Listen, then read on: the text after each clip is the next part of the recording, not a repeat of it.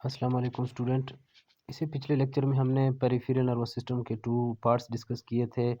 Number 1 somatic nervous system और number 2 autonomic nervous system. आज का जो हमारा टॉपिक होगा working of nervous system through a model.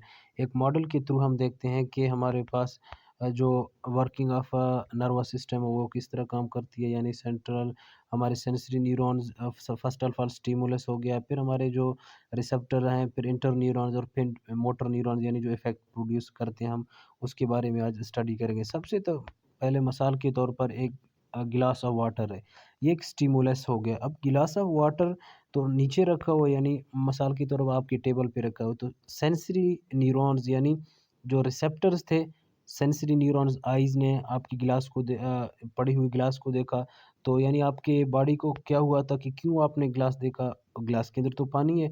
तो वजह ये है कि थर्स्ट यानी प्यास की वजह से। तो आइज़ ने जब ग्लास ऑफ वाटर देखा, जब नज़र पड़ी तो सेंसरी न्यूरॉन्स को इन्फॉर्म किया, यानी सेंसरी न्यूरॉन, आई भी एक सेंसरी न्यूरॉन्स में आता है, यानी सेंस ऑर्गन है। तो आइज़ ने जब सेंसरी न्यूरॉन्स को इन्फॉर्म किया तो डायरेक्ट सेंसरी न्यूरॉन्स ने क्या कि इंटर न्यूरॉन्स को इन्फॉर्म किए। सेंसरी न्यूरॉन्स ने किधर इन्फॉर्म किए, इंटर न्यूरॉन्स जिधर हमारे सेंट्रल नर्वस सिस्टम प्रेजेंट है।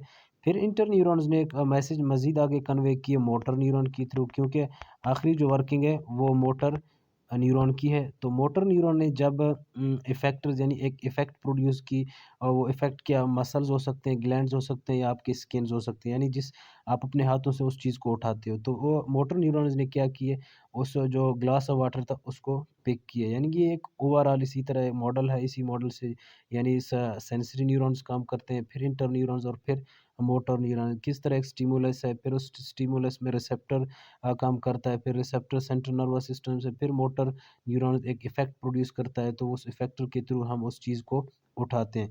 तो आगे एक मज़ीद हम ये देखते हैं कि ये हमारे पास ये अब ये हो गया नंबर 1 हमारे पास है स्टिमुलस, नंबर 2 रिसेप्टर्स, नंबर 2 हमारे पास रिसेप्टर्स है, नंबर 3 हमारे पास इफेक्टर्स है। यानी सबसे पहले स्टिमुलस, स्टिमुलस क्या है, एक बॉडी में एक चेंज लाई है। तो स्टिमुलस की वजह से हमारे रिसेप्टर्स जो सेंसरी न्यूरॉन्स इंटर न्यूरॉन्स तक, यानी उस चीज़ को रिसीव किया, डिडक्ट किया, यानी स्टिमुलस को डिडक्ट किया। उस स्टिमुलस को डिडक्ट करने के बाद इंटर न्यूरॉन्स मोटर न्यूरॉन्स की तरफ चले जाते हैं। तो मोटर न्यूरॉन्स क्या एक इफ़ेक्ट प्रोड्यूस करते हैं, मोटर न्यूरॉन क्या करते हैं, इफ़ेक्ट प्रोड्यूस करते हैं। वो मोटर न्यूरॉन्स क्या है, मिसाल के मसल्स हो सकते हैं, ग्लैंड्स हो सकते हैं, या स्किन्स के या हैंड के थ्रू आप उस चीज़ को उठा उठा के यानी उठा लेते हैं। तो ये एक ओवरऑल एक प्रोसेस है। तो इसी तरह जैसे एक स्टिमुलस बॉडी में कोई चेंज आई, फिर रिसेप्टर्स क्या है रिसीव किए, यानी डिडक्ट किए उस स्टिमुलस को। उसके बाद जो नंबर 3 है वो इफ़ेक्टर्स है, जो कोई इफ़ेक्ट प्रोड्यूस करे, यानी उस चीज़ को उठा ले। तो इसी तरह से